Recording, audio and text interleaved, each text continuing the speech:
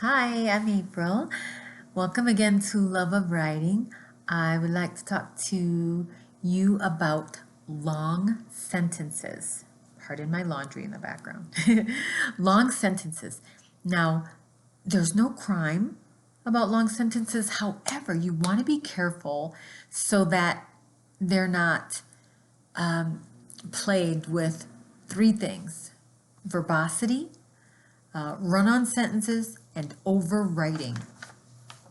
Verbosity is just being verbose, like using too many words to describe what could be described in fewer words, more efficiently. So you don't want to be verbose. You don't want to just use a whole bunch of extra words to describe something. It really just makes the reader get lost. Run-on sentences are super long sentences that can be filled with descriptions or just other things that are just too long. You'll want to keep them shorter. What's the other one?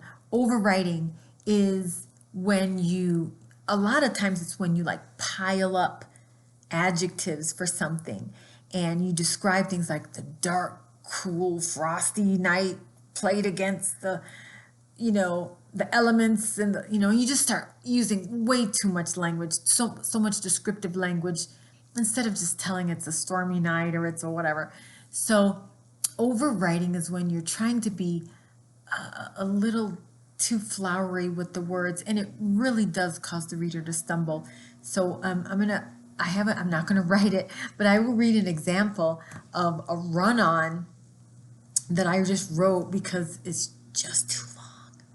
So, okay, Essence, tall in stature and short on finances, stepped ungracefully across the threshold of her ramshackle bungalow in southeast Maryville, a name that belies its seedy underbelly, to attempt to dust off the plethora of the day's unseemly, if not downright degrading, work demands. Okay, I'm sure I lost most of you like halfway through. That's 44 words. That's super long. Nobody wants that. So, and then with overwriting, you'll talk about like the cold, hazy air. It's just, you'll know it when you encounter it, because you'll be reading it and it's like, wait a minute, what's the point of this? Because there's so much description, you get lost in that and you don't even get the point of the sentence. So that said, long sentences are not villains. They can be wonderfully powerful and used well. So imagine a mom who's got a bunch of kids and it's a frenzied house and stuff. A long sentence can convey her sense of being overwhelmed or frenzied or harried or having a ton of stuff to do.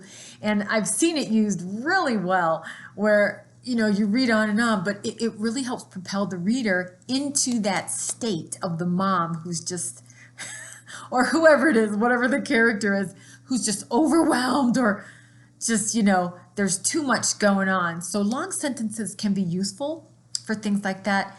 And I have to say, I've done it myself.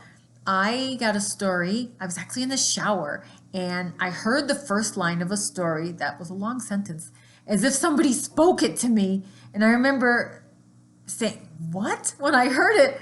But I'm gonna tell you the sentence that I used to start a story, and I wrote a whole story about it. So this very long sentence goes as follows. Neither of us expected Ducky to be doing much talking once Ellis sawed her in half, but there she was, yabbering away as if her lower torso weren't lying in a heap halfway across the room. Now, that was a whole story. I created a story about a magician who, sawed a lady in half, but that was the beginning, opening sentence for a story. And they can be long. You just have to be careful that you're not being verbose. Scan your work for extra words that you can take out to help the sentence be sharper, crisper, and clearer for the reader. You don't want the run-ons because they just go forever. And like that one I read, you just get lost halfway through and you just don't understand the point of the sentence. And then for overwriting, just, you don't have to try to impress people with your words. Just make your point as clearly as you can and in your style. So that's just my take on long sentences.